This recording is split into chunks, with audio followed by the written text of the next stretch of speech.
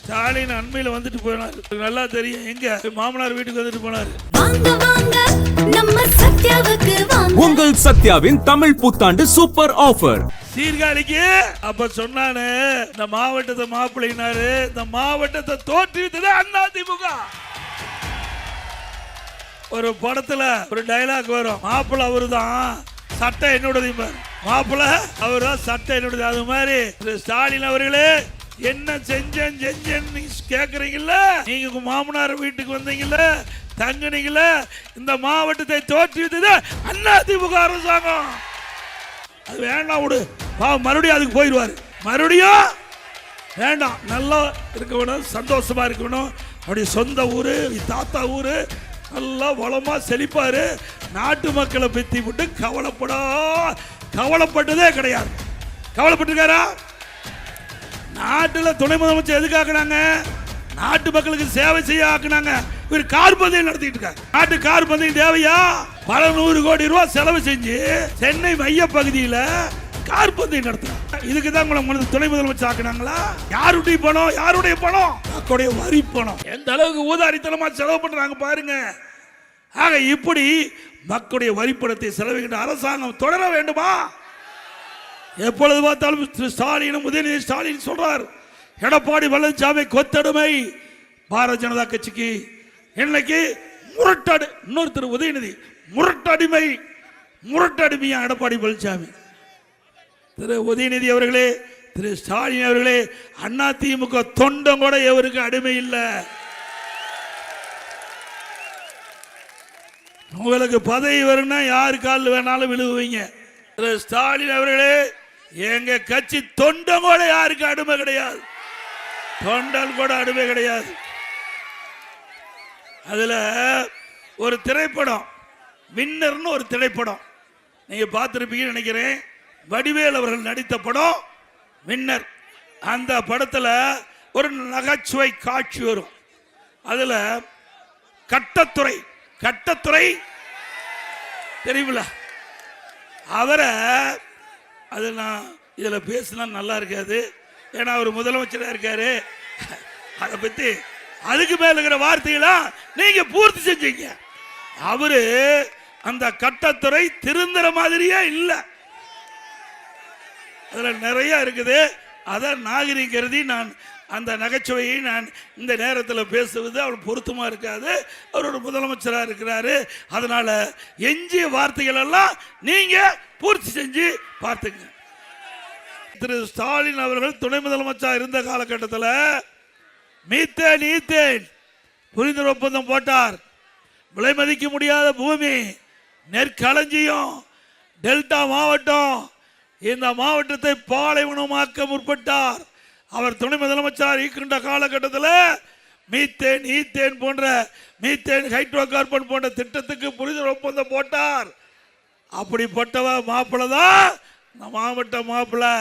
அவர் விவசாயியுடைய நிலங்களை பறிக்க முயற்சித்தார், தடுத்து நிறுத்தியது அதிமுக அரசாங்கம் மட்டும் இல்லைன்னா உங்களுடைய பூமியெல்லாம் மீத்தேன் ஹைட்ரோ கார்பனுக்கு போயிருக்கும். அதிமுக ஆட்சி இருந்ததுனாலதான் பாதுகாக்கப்பட்ட வேளாண் மண்டலம். இனி எந்த கொம்பனாலும் உங்களுடைய நிலத்தை தொட்டுக்கோல பார்க்க முடியாது. உங்க பூமியை பாதுகாத்த அரசாங்கம் அதிமுக அரசாங்கம். உங்க பூமியை அபகரிக்க, உங்களுடைய நிலத்தை இப்படிப்பட்ட தொழிலுக்கு தாரை வாக்கப்பட்ட அரசாங்கம் திமுக அரசாங்கம். சிந்திச்சு பாருங்க. இங்க இருக்கிற விவசாய வாழ்வாதாரமே இந்த பூமி வச்சுதான். இந்த விவசாயிக்கு வேற எந்த தொழிலும் தெரியாது. அந்த பூமியை பிடிக்கிட்டா, இந்த பூமியை அபகரிச்சுட்டா விவசாயி எங்கே போவார்? எண்ணி பார்த்தாரா? நான் ஒரு விவசாயி, இன்றைக்கு முன் பேசிக் கொண்டிருக்கிறேன். ஆக அப்படிப்பட்ட விவசாய பூமியை பாதுகாக்கப்பட்ட அரசாங்கம். அது மட்டுமல்ல, உங்களுக்கு உங்களுடைய பூமியை பாதுகாக்கப்பட்ட வேளாண் மன்றம் என்ற சட்டத்தின் மூலமாக பூமியை ஒரு பாதுகாப்பாக உங்களிடத்திலே சேர்க்கப்பட்ட அரசாங்கம் அதிமுக அரசாங்கம். நான் இன்னைக்கு விவசாயியா இருக்கிறேன். உங்களை எல்லாம் பார்க்கின்ற பொழுது மட்டற்ற மகிழ்ச்சி, எல்லையில்லா மகிழ்ச்சி. முதலமைச்சர் இருக்கும் போது அந்த மகிழ்ச்சி இல்ல, இப்ப காண்கின்ற மகிழ்ச்சி எல்லையில்லா மகிழ்ச்சி. நானும் உங்களை போல் விவசாயம் பண்ணிட்டு இருந்தவன். இன்றைக்கும் விவசாயம் தான் என்னுடைய சொந்த தொழில், வேற எந்த தொழிலும் இல்லை. ஆனா இந்த விவசாயத்தை இன்றைய முதலமைச்சர் புறக்கணித்துக்கிட்டு இருக்கிறார். விவசாயிகளை விரோதியாக பார்க்கின்றார். விவசாயிகளை எந்த திட்டமும் அறிவிக்காமல், விவசாயிகள் படுகின்ற கஷ்டம், துன்பம், துயரம், வேதனை எதை பற்றி கவலைப்படாத முதலமைச்சர் இன்றைய முதலமைச்சர் ஸ்டாலின் அவர்கள். சிந்திச்சு பாருங்க, அண்மையில் டெல்டாவில் இருக்கிற விவசாயிகள் உற்பத்தி செய்யப்பட்ட நெல் நேரடி நெல் கொள்முதல் கொண்டு சென்று விற்க முடியல. மழை பெய்யுது, அந்த மழையில் நனைகிற நெல்மணியெல்லாம் மூடி வைக்கிறது, தார்பாய் கூட கொடுக்கல, திறந்த வெளியில் அடுக்கி இருக்குது. மழையில் நனைந்து நெல்மணி முளைச்சிருக்குது, அதை கூட இந்த முதலமைச்சர் வந்து பார்க்க முடியல, பார்க்கறதுக்கு நேரம் இல்லை. இப்போ வந்தார்ல, வந்தாரா இப்போ வரல. எப்போ அவருடைய மகன் வந்திருப்பாரு, அவரும் வரல. சுத்தம். அது நீங்க முடிவு பண்ணிட்டாங்க, திருவாரூர் சட்டமன்ற தொகுதி ஜெயிக்காது முடிவு பண்ணிட்டாங்க. நான் ஏற்கனவே எழுச்சி பயணத்தின் போது உங்களை எல்லாம் வந்து சந்திச்சுட்டு போனேன். இதே இடத்துல மீண்டும் இதே இடத்துல வந்திருக்கிறேன். பாருங்க, நெல்லெல்லாம் முளைச்சு போச்சு. ஒரு தட்டில் வச்சு பார்க்குறாரு. எதுல? ஒரு பிளாஸ்டிக் தட்டில் முளைச்ச நெல்ல பார்க்கிறார். இவரா விவசாயி காப்பாற்றுறாரு.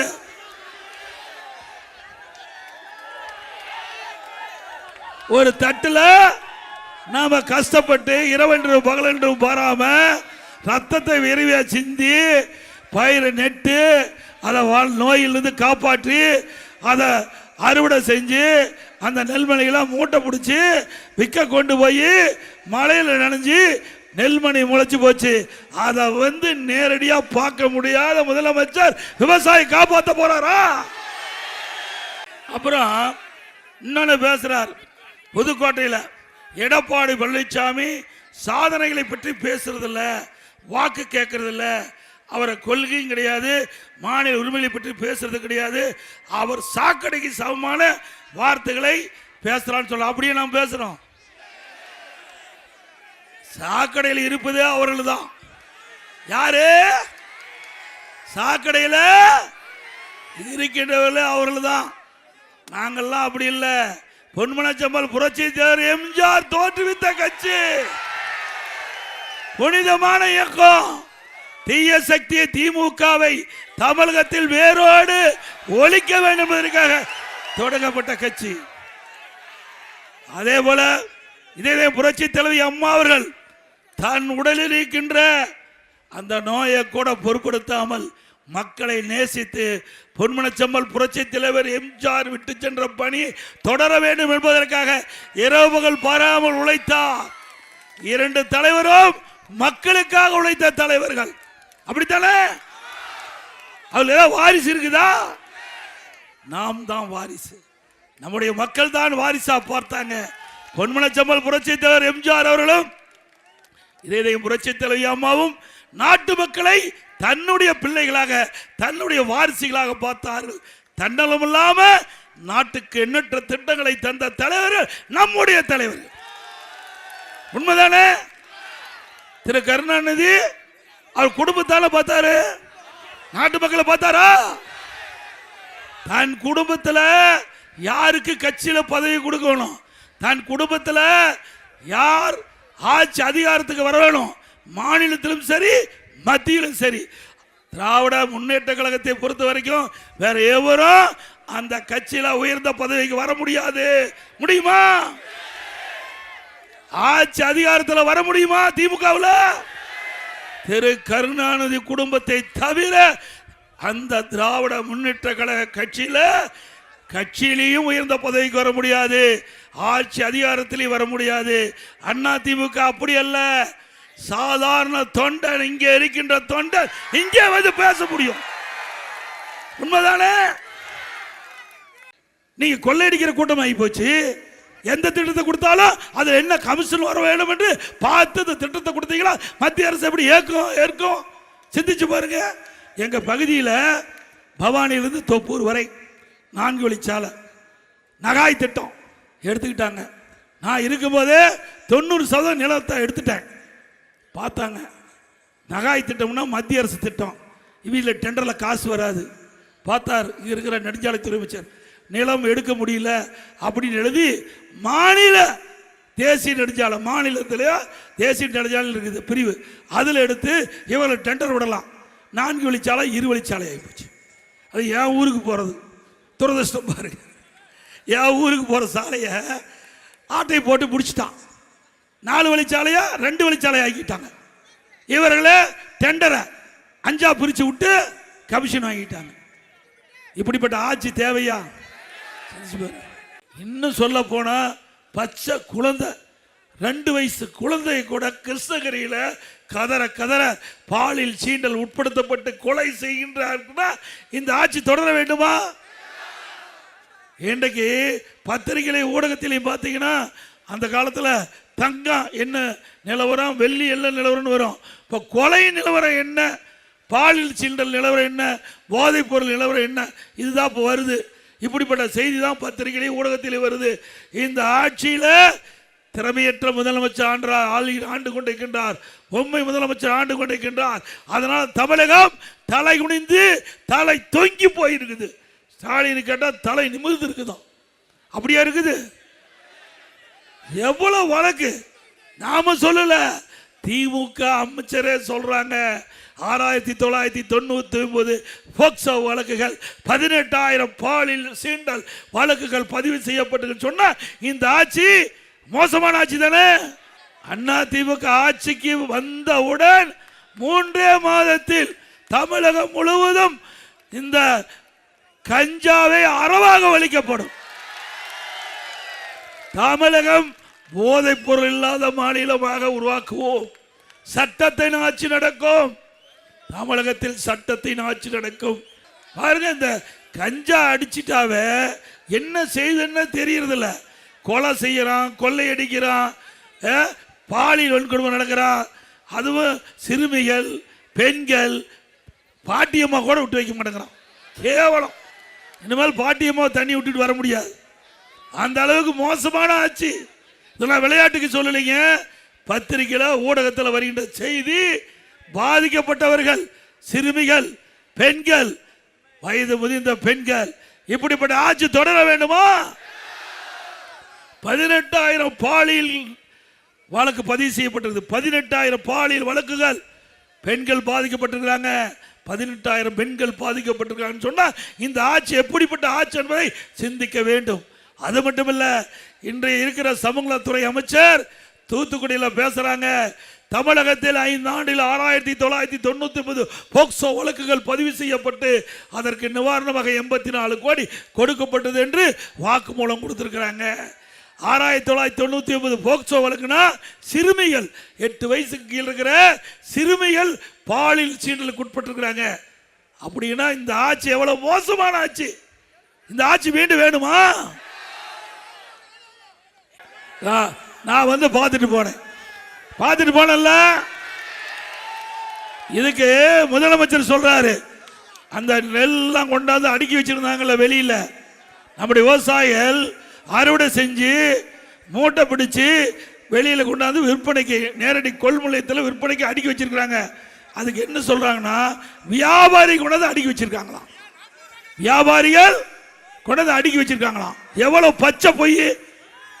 எவ்வளவு விவசாயிகளை எப்படி கொச்சப்படுத்துறாரு! விவசாயிகள் கஷ்டப்பட்டு உழைத்து அவர் ரத்தத்தை வேர்வையா மண்ணிலே சிந்தி இந்த நெல்மணிகளை உற்பத்தி செஞ்சு விற்பனை கொண்டாந்து வச்சிருந்தா இதற்கு தீர்வு காணத்துக்கு வக்கு இல்லை. ஆனா இவர்களெல்லாம் வியாபாரி. எடப்பாடி பழனிசாமி வேண்டும் என்று திட்டமிட்டு அவளை தூண்டிவிட்டு அவதூறு பிரச்சாரத்தை செய்வதா சொன்னாங்க. அப்படியே நான் செஞ்சேன். இன்றைக்கு திருவாரூர் மாவட்டம், தஞ்சாவூர் மாவட்டம், மயிலாடுதுறை மாவட்டம், நாகப்பட்டினம் மாவட்டம் விவசாயிகளை சந்தித்து அவருடைய குறைகளை கேட்டு அந்த நெல்மணிகள்லாம் முளைச்சு போச்சு. அவருக்கு அந்த கஷ்டம் அவருக்கு தாங்க தெரியும். உழைத்தவனுக்கு தான் அந்த கஷ்டம் தெரியும். நானும் ஒரு விவசாயி. அதனால அவர் பட்ட துன்பம், ஒரு விவசாயி படுகின்ற துன்பம் ஒரு விவசாயிக்கு தான் தெரியும்.